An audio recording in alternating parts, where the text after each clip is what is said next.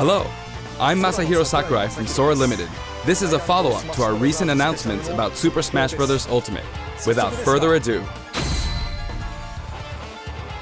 the legendary vampire hunter from the Castlevania series, Simon Belmont, is finally joining the roster. He's been given a bit of a makeover. His signature item is, of course, his holy whip, the far-flinging vampire killer. It leaves you open to attack, and it's a bit slow, but I think its average reach during normal attacks is longer than any other fighter's. He can move the whip freely. His special attacks are very recognizable. The axe, cross, holy water, and uppercut.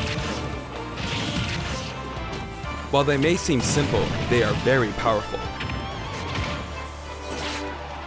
And his final smash is called Grand Cross.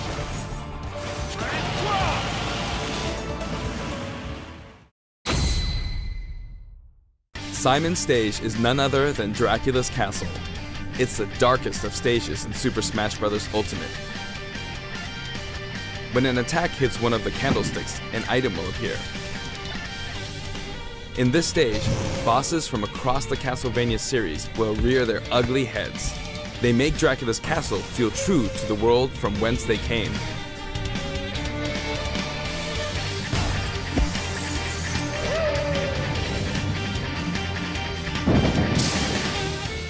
And when speaking of Castlevania, you can't forget to mention the music. For this stage, we will incorporate 34 music tracks, including new and classic tunes. The Castlevania series is very popular among our music team, and they were excited to work on these arrangements. Once in a blue moon, Simon's immortal rival will appear.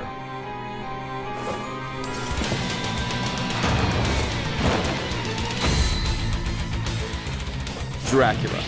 Reborn every 100 years, he is eternally fated to wage war against descendants of the Belmont clan. Under what conditions will he appear? Time will tell. Now for a brand new assist trophy. Alucard, son of Dracula, will lend his steel in battle. He wields the Chrysogrim, transforms into a bat, and dodges attacks by assuming mist form. He's very similar to his starring role in Castlevania Symphony of the Night. Like other assist trophies, he's susceptible to attack and KO as well. Nevertheless, he'll prove to be quite challenging. And we have one more fighter for you. The vampire hunter who starred in classics like Castlevania Rondo of Blood, Richter Belmont, joins the battle. Richter is an echo fighter based on Simon.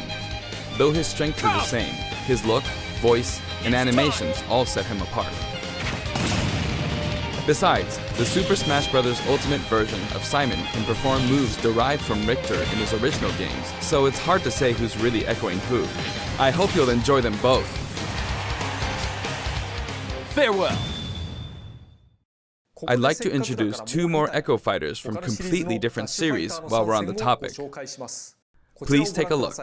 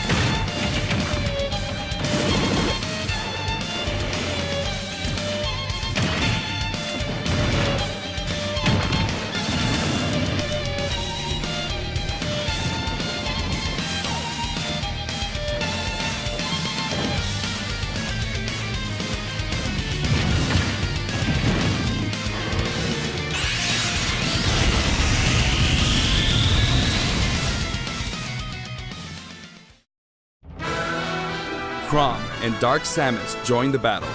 You may have seen this coming. Both fighters have been highly requested.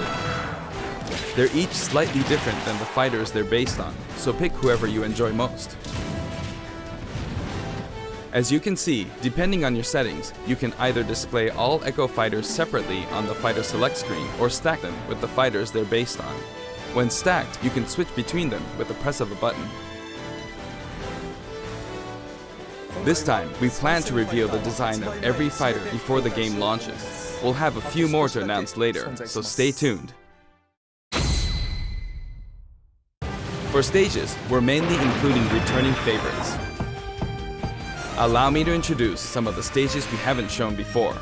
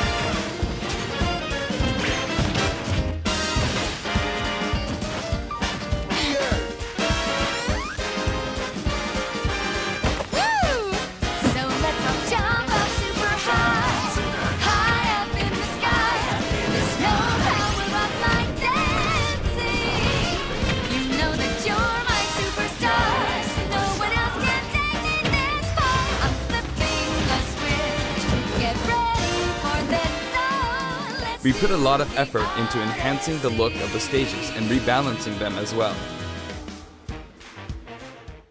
That said, for stages that originally appeared in the Nintendo 64 game, we prioritized nostalgia, intentionally keeping the classic look.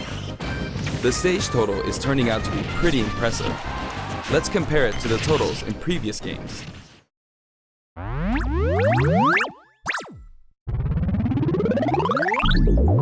Now the total number of stages is, voila, 103. We must be crazy. If we exclude Battlefield, Final Destination, and Big Battlefield, we'd have exactly 100. But take a look at the stage select screen. Every stage can also be transformed into both Battlefield and Omega forms, so the total number of stages is actually more than 300. All of these stages can be played in 8-player battles, and they are all available from the beginning. Additionally, you have the option to turn off stage hazards. When you're looking for a change of pace and don't want to be interrupted by hazards, select this option for a less chaotic experience. Also, the order of the stages matches the order in which they were introduced in the series, just like the fighters. Regarding stages, we have a little surprise. Please take a look.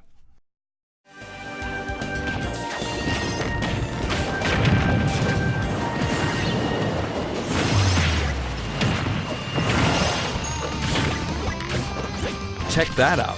While playing, the stage can transform around you. But first, you must select the stage morph option.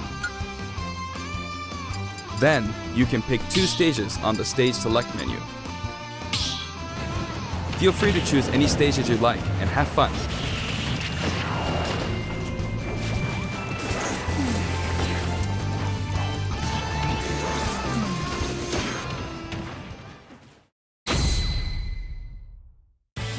For the player who wants it all, My Music lets you select specific tracks for each stage, and this feature is making a return. Until now, each stage had its own set of music tracks. But this time, the tracks are organized by series instead. For example, as long as you're playing on a stage based on the Legend of Zelda series, you can pick any of the tracks included from that series. Now for the total number of music tracks from stages. This is also ultimate.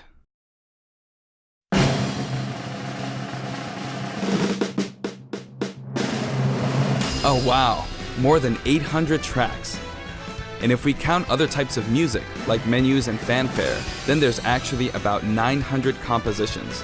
If you played them all in a row, without looping or stopping, there's more than 28 hours worth of music. These game franchises are a big part of video game history, and the result is a massive library of memorable music. All of this packed into one game. This in itself is extraordinary. Of course, there's a sound test menu as well. For your browsing pleasure, we've sorted all of the tracks by game series. It's like having an album for each series.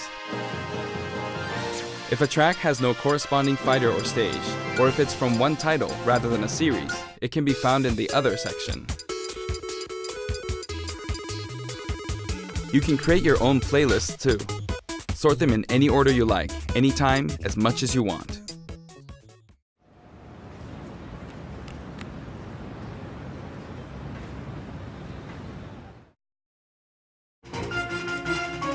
In handheld mode, you can play music while the screen is turned off. It's kinda like using your Nintendo Switch as a music player. A huge variety of music has been collected for the game, and you can sample some of these tracks on the official website. We're planning to add selections basically every week, so please stay tuned. Some of you may have experienced the game already, but I'd still like to show you some things about the multiplayer battle rules. Now the first thing you will select is the rules. If you create your own rule set, you can immediately begin playing with those rules at any time. In addition to time battle and stock battle, stamina battle is now treated as one of the standard Smash modes. There's a different feeling of intensity in these battles.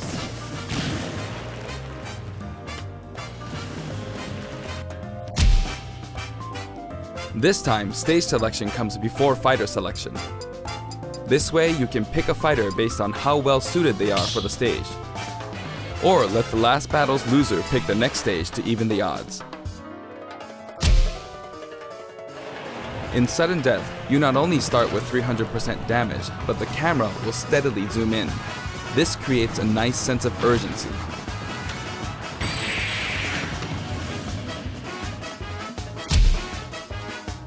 Chargeable final smashes are now a selectable option. During a match, your final smash meter will fill, and then, once it's maxed out, you can use a weaker final smash. When you apply this option to a match, things can get really flashy. If you're up for a party, please try it out. By the way, no two final smashes will happen simultaneously.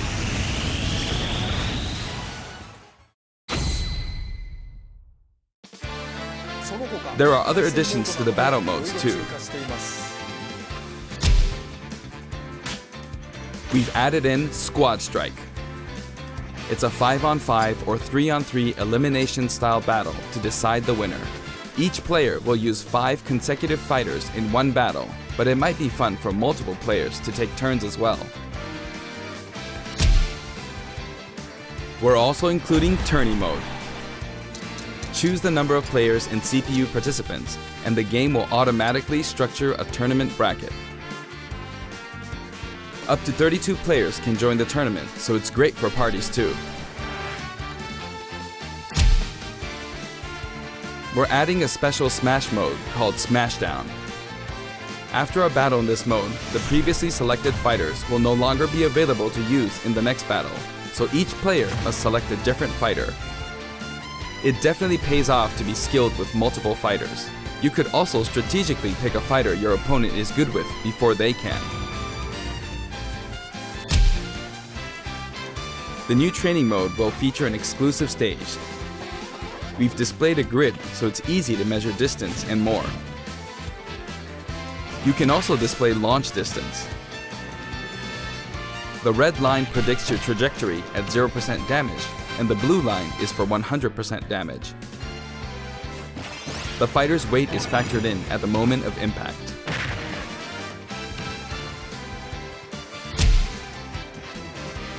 The single-player mode, in which players battle against a series of fighters, will return in the form of Classic mode.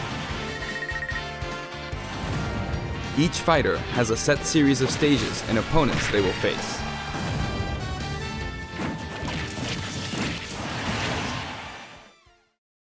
Now, let me introduce you to some new items, Pokemon, and assist trophies.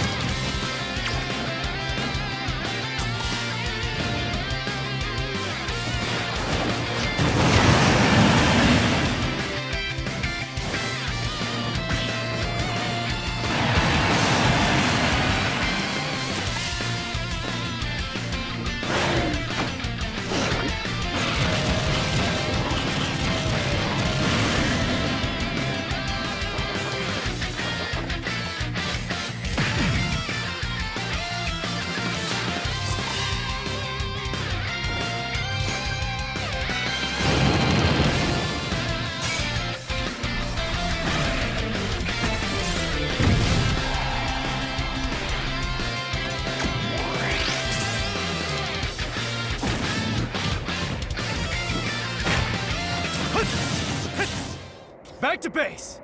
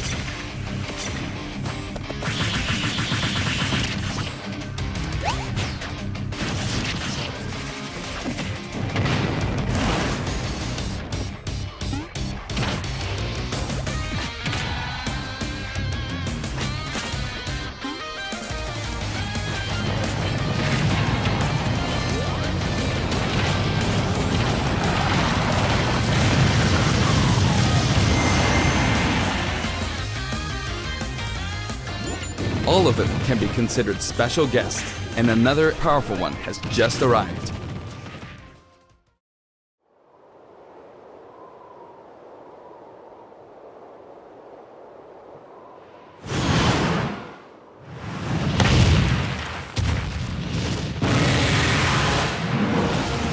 From the Monster Hunter series, Rathalos swoops in.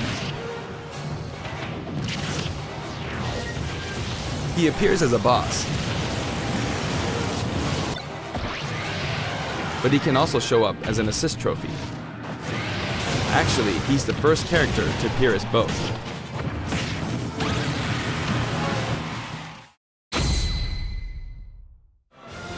Before we go, I'd like us to take a quick look at the main menu.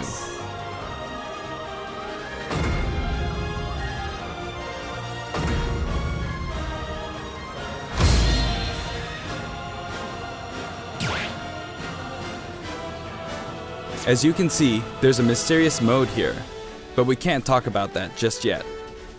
Also, there's a dashboard on the right side of the screen. This can be accessed at any time by pressing the ZR button.